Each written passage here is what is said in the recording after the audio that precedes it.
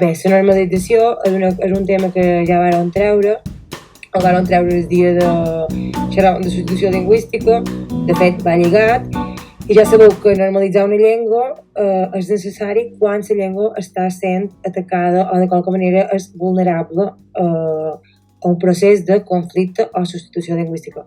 Per tant, és molt fàcil fer-la, normalitzar-la, realment és fer-la normal. Per tant, com es diu aquí, és una resposta al conflicte lingüístic per lluitar contra la desaparició. Per tant, implica reconèixer que s'està reconegui o que la gent i la política de l'estat on hi ha aquest conflicte reconegui que la situació no és normal. Perquè si la situació és normal però tothom actua com si no passés res, evidentment no faran res. Per tant, per això moltes vegades, com veus aquí que teniu aquesta enganxina des català, cosa de tots, és una manera de normalitzar-la fent campanyes, per exemple.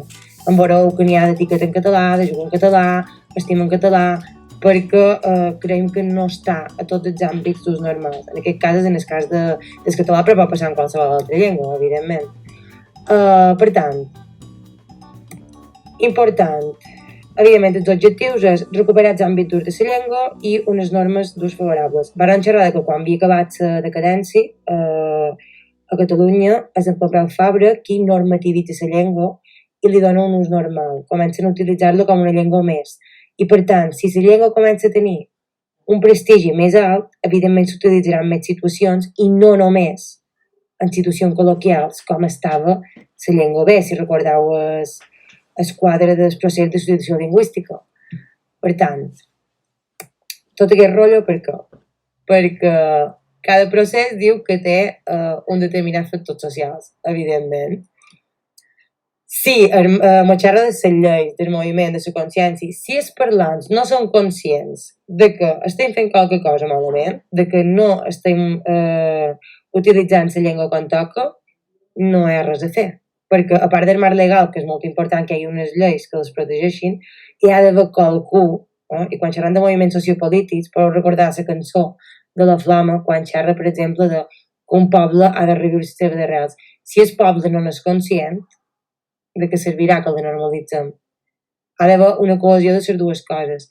A mi m'agrada aquest meme que el va crear Meli Cotó fa uns anys, crec que era, i diu, queremos bilingüismo intolerantes, i doncs, què esperau, no? Bueno, reflexionava una mica sobre aquesta imatge i diu, segons la durada del procés, tindrà major manera d'incidència. Evidentment, si el procés de conflicte lingüístic dura anys infinits i no se fa res, passarem a la tercera fase del procés de substitució lingüística. En canvi, si fem qualque cosa, segurament pot haver una sortida. I aquí vos he deixat, diu, és una decisió històrica, conscient i implica canvis culturals. Bé, què vol dir? Jo aquí, per exemple, vos he deixat aquest eslògan que van treure fa uns anys la Generalitat, diu, t'agradarà sentir-lo en català. Això va passar perquè un dels problemes més greus que hi havia, i ho van xerrar l'altre dia, és que, per una banda, no hi ha mitjans en català, audiovisuals, saps? Sabeu que tenim IB3, Canal 4, TV3, però que són inferiors, igual que també poca premsa. Vol dir que per molta llei que hi hagi vigent, si el que són els moviments socials, el que és la societat en general, la comunicació, que és bàsica, no tenim un suport en aquesta llengua en situació B, serà complicat que arribi també. Fixeu-vos, quant de cinema infantil hi ha en català? Poquíssim. S'han hagut de fer diverses campanyes, perquè en aquest cas els nens no els arriba quasi res.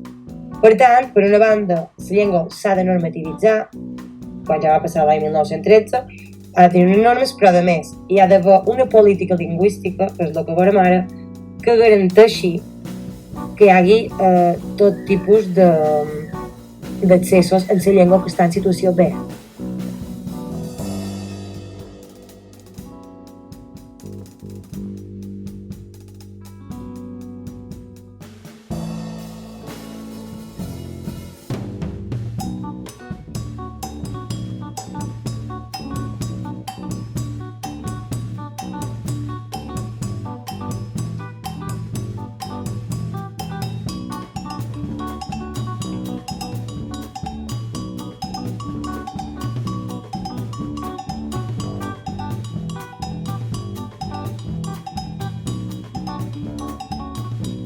I seguim amb la política lingüística. Hem dit que per normalitzar una llengua ha d'haver unes lleis que regeixin i que donin suport en aquest. Què és exactament la política lingüística? Aquesta pregunta se pot formular amb la de normalització o tota sola. Generalment va lligada en el procés de normalització.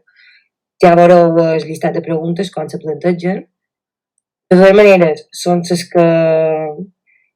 que solen sortir. I respecte a la política, perdoneu, diu l'activitat que desenvolupa un govern sobre l'ús de llengües, evidentment. És la gestió que fa un govern sobre les llengües que té a dins del seu estat. És a dir, en el cas de l'estat espanyol s'han de regular l'ús del català, el castellà, l'eusquera, el gallec, bueno, ja ho sabeu. Però aquesta gestió, diu, pot ser conscientment exercida o inconscientment provocada, perquè pot haver dos tipus. Pot haver una no intervenció o una intervenció directa. Per això diu que són acció o omissió.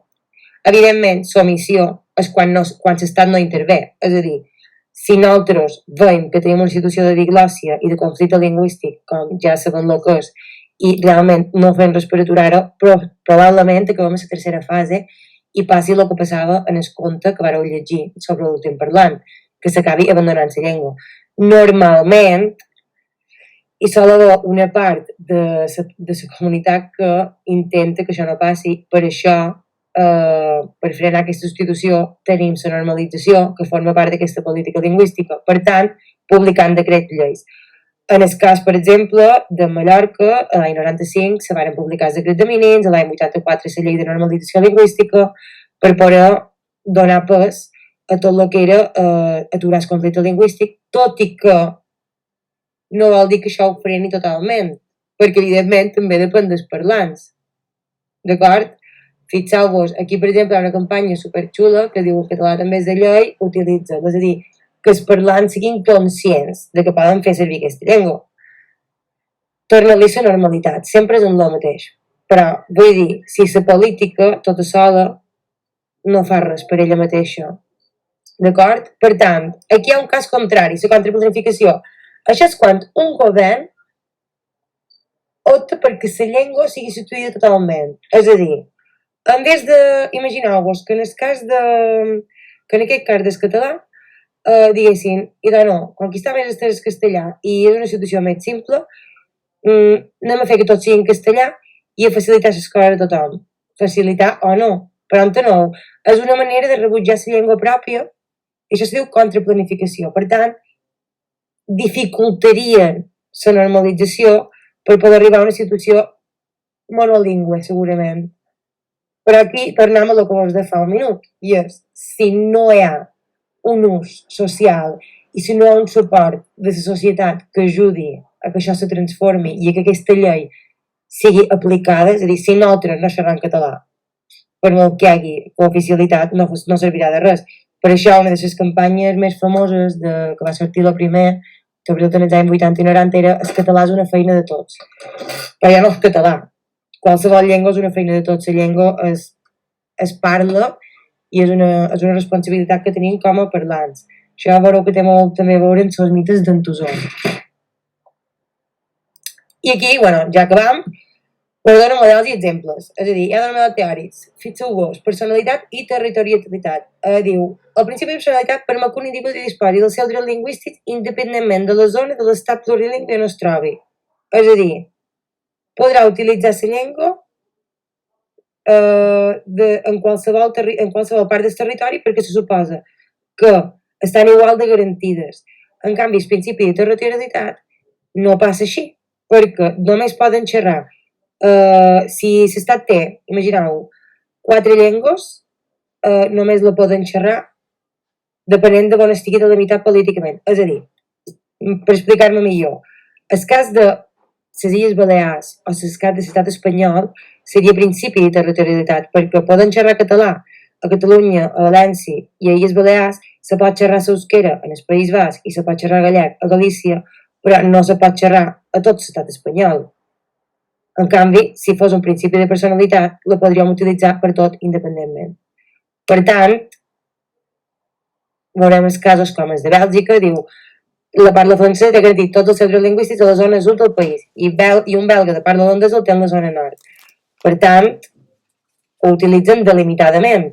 En canvi, a Finlàndia diu que només un 10% tenen accés lingüístic a tot el país. Clar, això és principi de personalitat, és a dir, només ho poden utilitzar a un lloc concret. I aquí, clar, pot haver el cas de l'estat espanyol, model mixt, és a dir, en canvi, els castellanoparlants realment poden utilitzar el castellà per tot, però nosaltres, orbat o gallets, perpetuem el conflicte lingüístic, perquè com que només el podem utilitzar a zones delimitades i només és cooficial i no tenim dret a utilitzar-lo en tots els llocs, la llengua ja no és només minoritària, sinó que acaba sent minoritzada. Això és un altre concepte molt important que veurem més endavant. Per tant, l'ús de la llengua és important, la política pot ser decisiva en el procés d'expressió lingüística, plantegeu-vos-ho.